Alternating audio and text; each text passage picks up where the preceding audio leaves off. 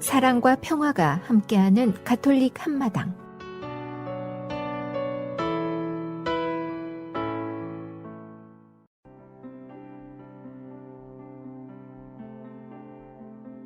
오늘의 복음 말씀, 루카가 전한 거룩한 복음입니다. 여섯째 달에 하느님께서는 박나자렛이라는 고을로 보내시어 다윗 집안의 요셉이라는 사람과 약혼한 처녀를 찾아가게 하셨다. 그 처녀의 이름은 마리아였다. 천사가 마리아의 집으로 들어가 말하였다. 은총이 가득하니여 기뻐하여라. 주님께서 너와 함께 계시다. 이 말에 마리아는 몹시 놀랐다. 그리고 이 인사말이 무슨 뜻인가 하고 곰곰이 생각하였다. 천사가 다시 마리아에게 말하였다. 두려워하지 마라, 마리아야. 너는 하느님의 총애를 받았다. 보라, 이제 내가 잉태하여 아들을 낳을 터이니 그 이름을 예수라 하여라. 그분께서는 큰 인물이 되시고 지극히 높으신 분의 아드님이라 부르실 것이다. 주 하느님께서 그분의 조상 다윗의 왕자를 그분께 주시어 그분께서 야곱 집안을 영원히 다스리시니 그분의 나라는 끝이 없을 것이다. 마리아가 천사에게 저는 남자를 알지도 못하는데 어떻게 그런 일이 있을 수 있겠습니까? 하고 말하자 천사가 마리아에게 대답하였다. 성령께서 너에게 내려오시고 지극히 높으신 분의 힘이 너를 덮을 것이다. 그러므로 태어날 아기는 거룩하신 분, 하느님의 아드님이라 부를 것이다.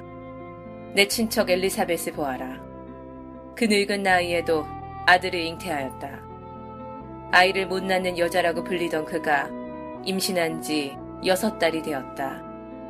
하느님께서는 불가능한 일이 없다. 하느님께서는 불가능한 일이 없다. 마리아가 말하였다. 보시십시오. 저는 주님의 종입니다. 말씀하신 대로 저에게 이루어지기를 바랍니다. 그러자 천사는 마리아에게서 떠나갔다. 주님의 말씀입니다.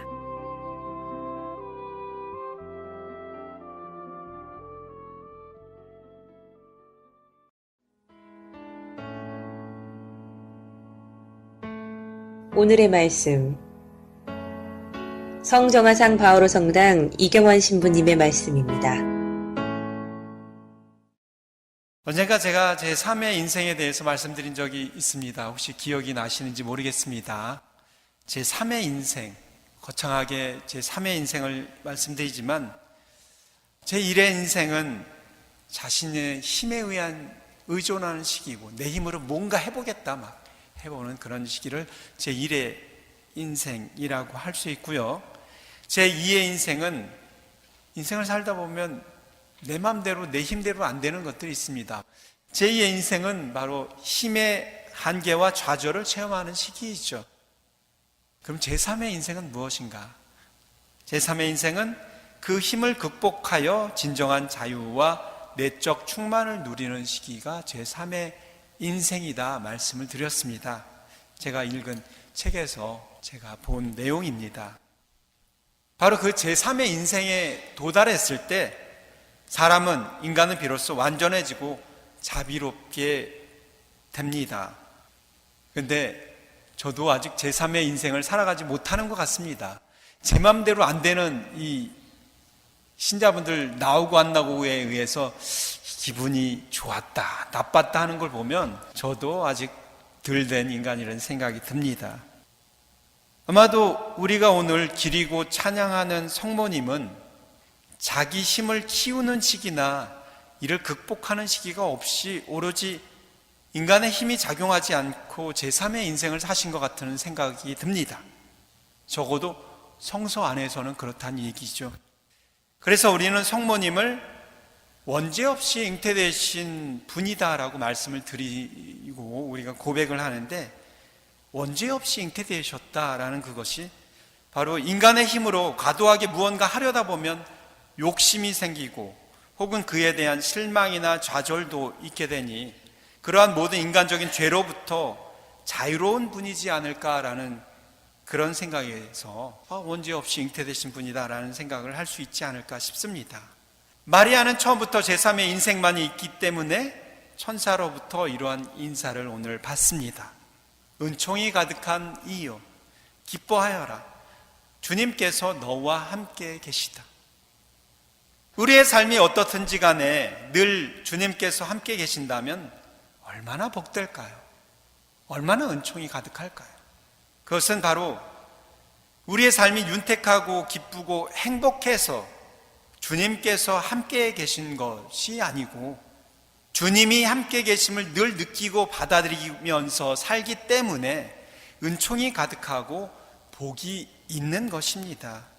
그런 마리아에게 천사는 하느님의 아들을 낳게 될 것이라고 오늘 복음에서 전하고 있습니다.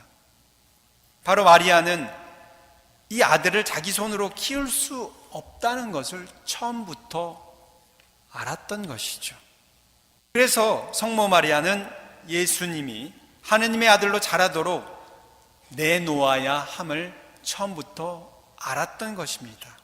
성령의 힘으로 자라야 함을 자라도록 내놓아야 한다는 것을 아셨던 거죠. 성모 마리아의 그러한 내놓는 마음은 오늘 복음에서 들은 대로 보십시오. 저는 주님의 종입니다. 말씀하신 대로 저에게 이루어지기를 바랍니다. 라는 그 응답에서 그대로 드러납니다. 그리고 탄생 8회째 되는 날 성모 마리아는 아기 예수를 성전에 봉헌하는 행위를 통해서 그 아기의 미래가 자기 손이 아니라 하느님의 손에 있음을 묵묵히 하느님께 봉헌하면서 그것을 받아들이신 것이죠. 그 아기는 태어난 순간부터 마리아의 손을 벗어나 하느님의 아들로 자라나야 하는 그런 아기였습니다. 그러한 내놓음과 봉헌에는 시메온이 예고한 대로 아픔이 감추어져 있었죠. 이 아기는 이스라엘에서 많은 사람을 쓰러뜨리게도 하고 일어서게도 하며 또 반대를 받는 표징이 되도록 정해졌습니다. 태어날 때부터 표징이 되도록 정해졌습니다. 그리하여 당신의 영혼이 칼에 꿰찔리는 가운데 많은 사람들의 마음속 생각이 드러날 것입니다. 마리아는 그 예언을 듣는 이후부터 아기를 내놓는 아픔을 당해야 했습니다. 그러한 성모 마리아의 삶은 바로 오늘 복음의 마지막 말씀처럼 말씀하신 대로 저에게 이루어지기를 바랍니다 라는 말에서 보는 것처럼 내맡기는 존재로 늘 살아가셨습니다. 이 수동의 삶은 무엇보다도 아들의 운명을 지켜보는 모정에서 극에 달하지 않나 싶습니다. 당신의 아들 예수가 십자가 위에서 아무것도 할 수 없었던 것처럼 어머니 마리아도 십자가 아래에서 아무것도 할 수가 없었죠. 아들에게 가해지는 그 고통을 당신 자신의 것으로 받아들이면서 그 고통을 다시 하느님께 바치는 일 말고는 달리 할 수 있는 것이 없었습니다.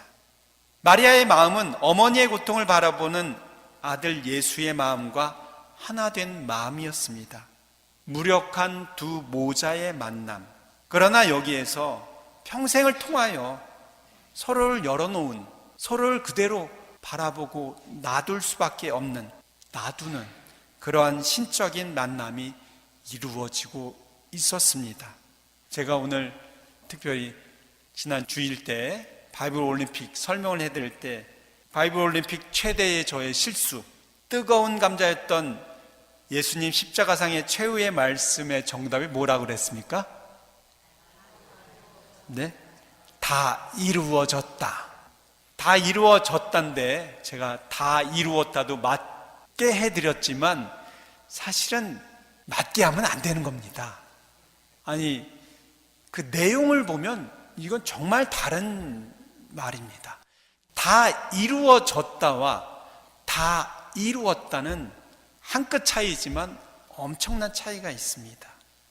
예수님이 마지막에 하신 다 이루어졌다라는 말씀에 바로 예수님의 삶이, 그 수동의 삶이 녹아 들어가 있습니다. 다 다 이룬 것이 아니라 다 이루어진 것입니다. 능동이 아니라 하나님에 의해서 수동적으로 이루어진 것이죠.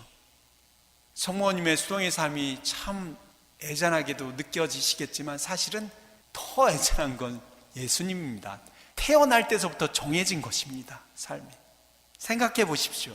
태어날 때서부터 표징이 되도록 정해진 삶으로 태어난 분의 그 마음을, 그 삶을 자신의 몫으로 받아들이고 평생 살아간 아들 예수님과 또 그러한 아들을 하나님의 뜻에 맡기면서 묵묵히 받아들이는 그 어머니의 마음이 완전히 십자가상에서 절정을 이루면서 하나가 된 것이죠.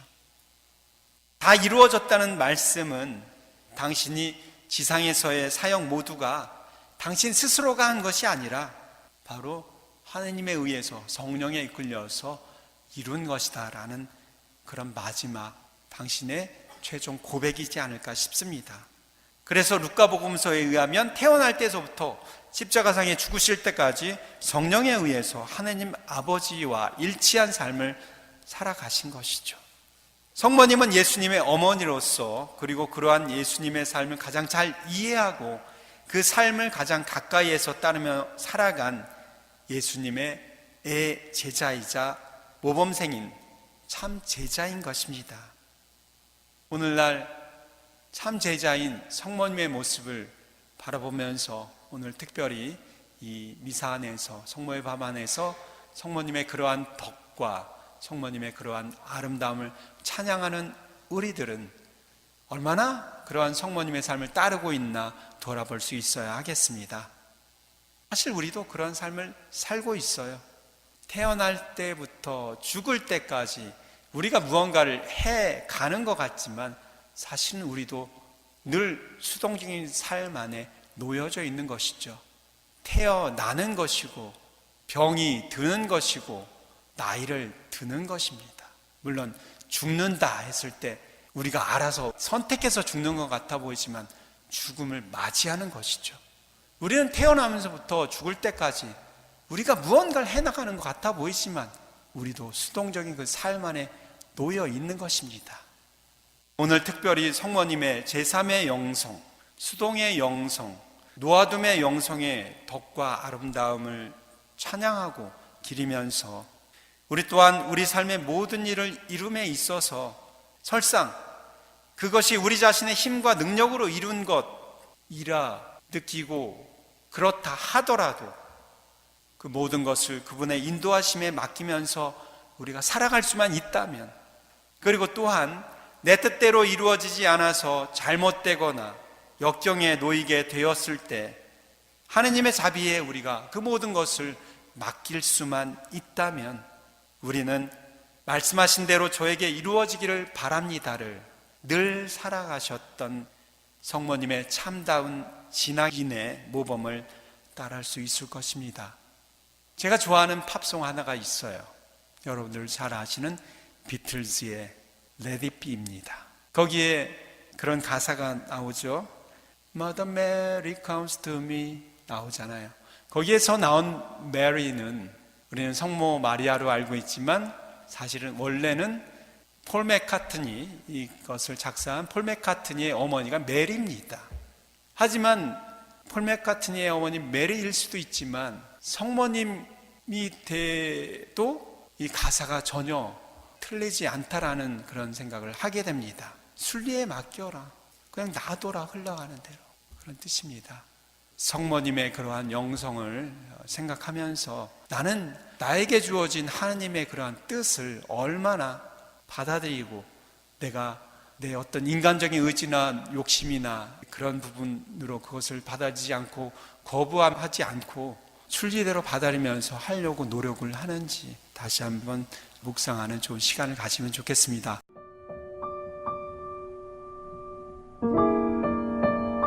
임태경이 부릅니다. 나를 받으옵소서.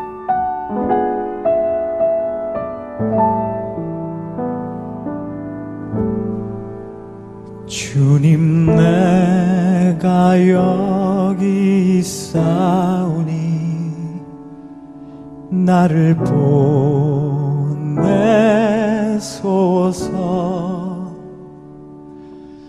나의 맘 나의 몸 주께 드리오니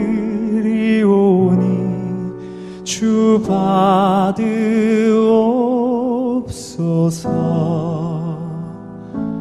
주님 내가 여기 있사오니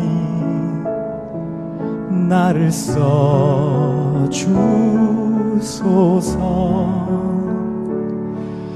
가진 건 모두 다 주께 드리오니 주 받으옵소서.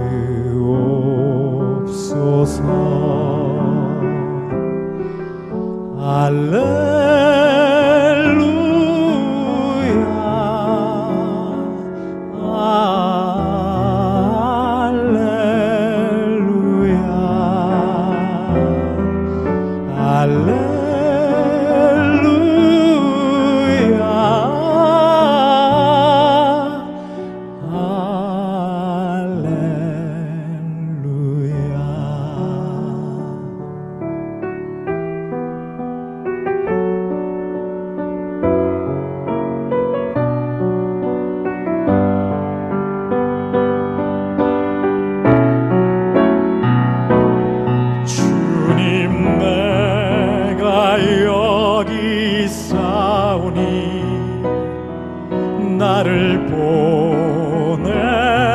보내소서. 나의 맘 나의 몸 주께 드리오니 주 받으옵소서.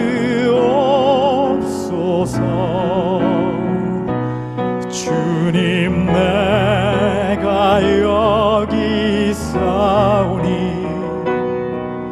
나를 써주소서.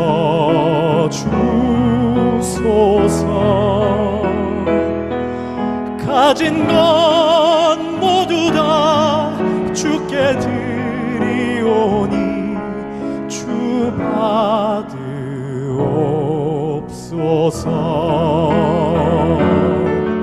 나를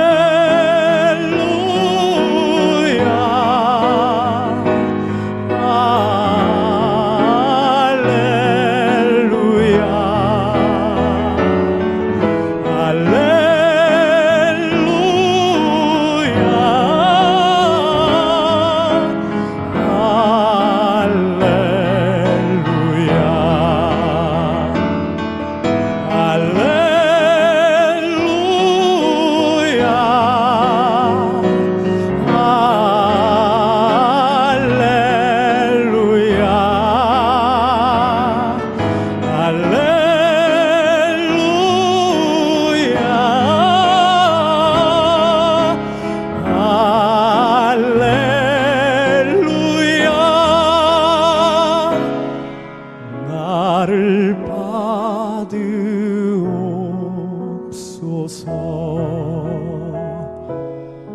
나를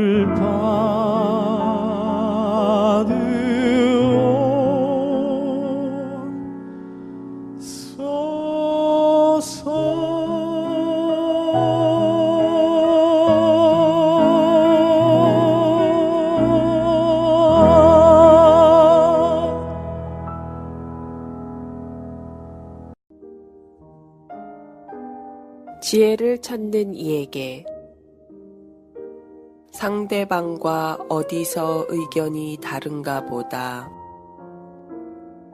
어디서 의견이 같은지를 생각하십시오.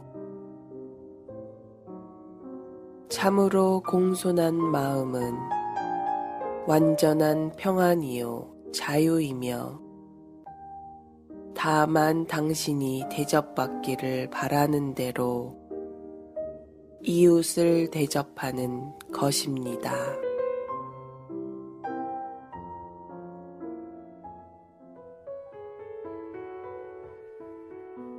시카고 지역 가톨릭 한인 공동체 소식과 공지사항을 전해드리는 가톨릭 한마당 게시판입니다. 성정화상 성당 2015년 성탄영세 교리반 모집 안내입니다.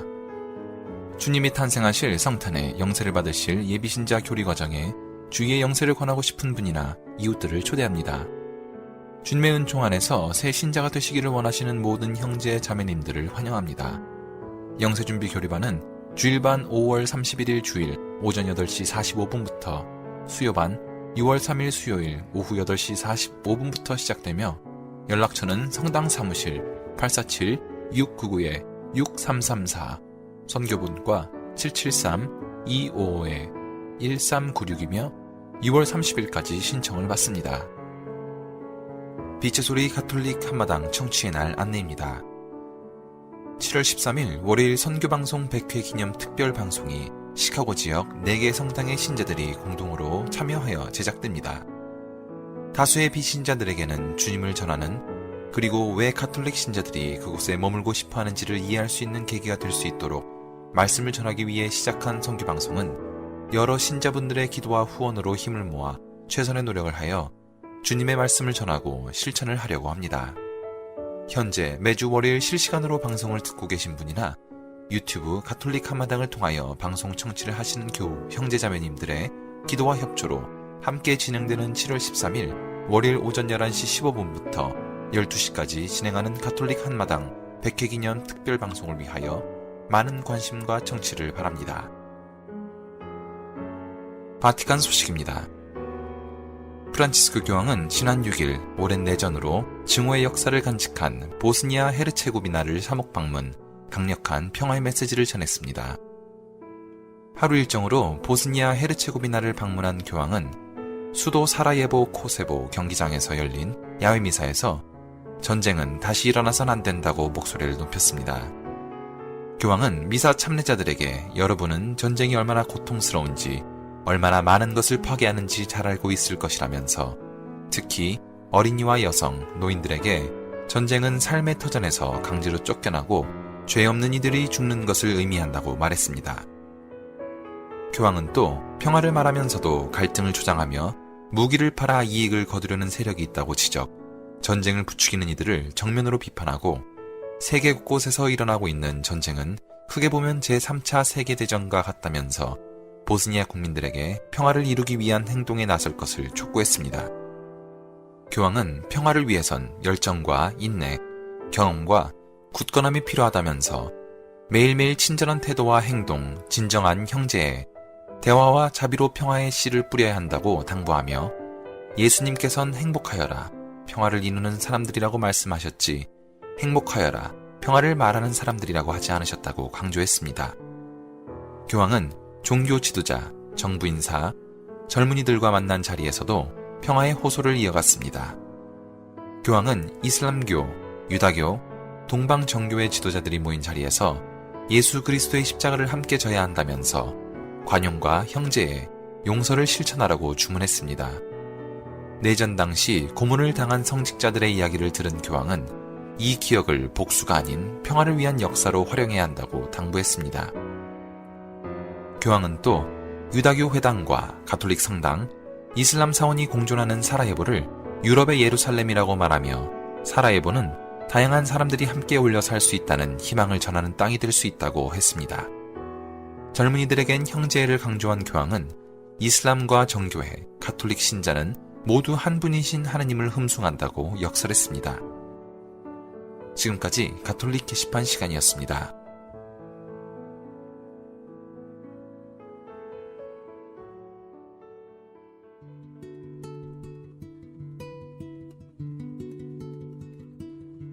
가톨릭 교리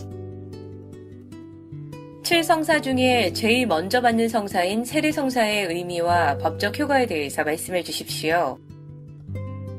세례를 받음으로써 그리스도의 파스카 신비에 참여해서 그리스도의 교회에 합체되고 그 안에서 하나의 인격체가 됩니다. 그래서 그리스도와 함께 죽고 묻히고 부활하여 성령의 힘으로 하느님의 자녀가 됩니다. 그래서 하느님은 아빠, 아버지라고 부르며 하느님의 백성인 교회와 함께 하느님을 찬미하게 됩니다. 그리고 교회의 구성원이 되므로 그리스도인의 고유한 의무와 권리를 가집니다. 세례성사를 받기 위한 조건은 무엇이며 꼭 받아야 하는지요? 세례성사를 받으려면 받고자 하는 사람의 의지가 제일 중요하고 합당하게 받기 위해서 필요한 교리 교육을 받고 지난날의 잘못을 뉘우치고 새로운 삶을 살아가겠다는 각오가 있으면 됩니다. 그리고 세례를 받지 않은 사람은 다른 성사들을 유효하게 받을 수 없기 때문에 반드시 제일 먼저 받아야 합니다. 그리고 혼인 조당에 있는 사람은 세례를 받을 수 없으므로 미리미리 혼인 문제를 해결하도록 합니다.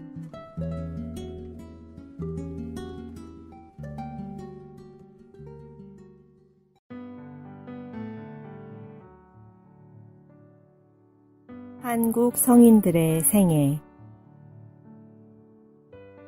오늘은 성정읍의 마르코 성인에 대해 말씀드리겠습니다. 성정읍의 마르코는 서울 창동 양반집에서 태어나 유학을 열심히 배우면서 진실을 바탕으로 신중하게 살아왔다고 합니다. 1839년 기해 박해 때 앵베르 주교, 모방, 그리고 샤스탕 신부들이 순교하는 장면을 목격하고 크게 감동을 하였다고 합니다. 이역만리 낯선 땅에 와서 목숨을 초계같이 여기며 진리를 전하면서 죽음을 당하는 그들은 도대체 무엇을 믿으며 무엇을 바라며 누구를 사랑하는 것일까? 이러한 의문을 가지고 정읍의 마르코는 즉시 천주교 교리를 읽고 배웠다고 합니다.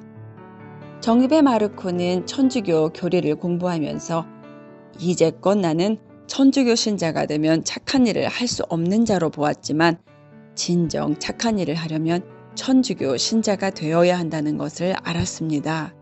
라고 결론을 내렸고 즉시 영세에 입교하여 조선교회의 훌륭한 일꾼이 되었다고 합니다. 1845년에 조선에 입국한 페레올 주교가 정읍의 마르코를 전교 회장으로 임명하였고 죽는 날에는 모든 열성을 다해 임무를 수행하였기에 사람들에게 산 성인이라 불리웠다고 합니다. 그는 순교할 때까지 20여 년 동안 신자들을 잘 이끌고 예비자들을 잘 준비시키며 고아들을 잘 돌보았는데 깊은 학식과 열렬한 신앙심에 모두들 담복했다고 합니다. 1866년 2월 정읍의 마르코는 포졸들에게 체포된 후 감옥에 갇혔으며 3월 11일 새남터에서 군문 효수형을 받고 순교하였습니다. 이때가 바로 성정읍의 마르코의 72세 생일날이었다고 합니다.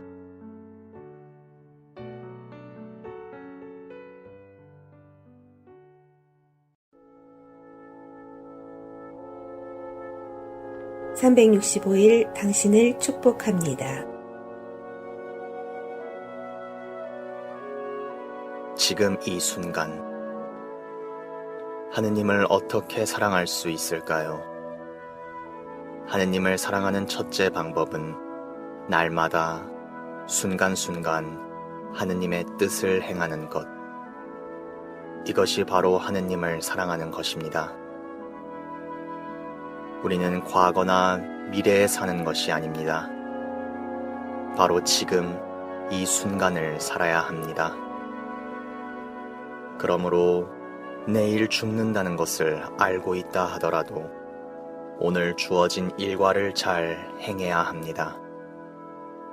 우리가 하느님을 사랑하고 그분의 계명을 실천하면 그로써 우리가 하느님의 자녀들을 사랑한다는 것을 알게 됩니다.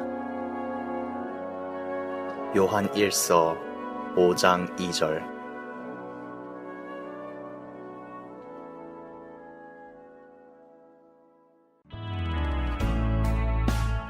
지금까지 시카고 지역 4개 한인 성당 제공 가톨릭 한마당이었습니다.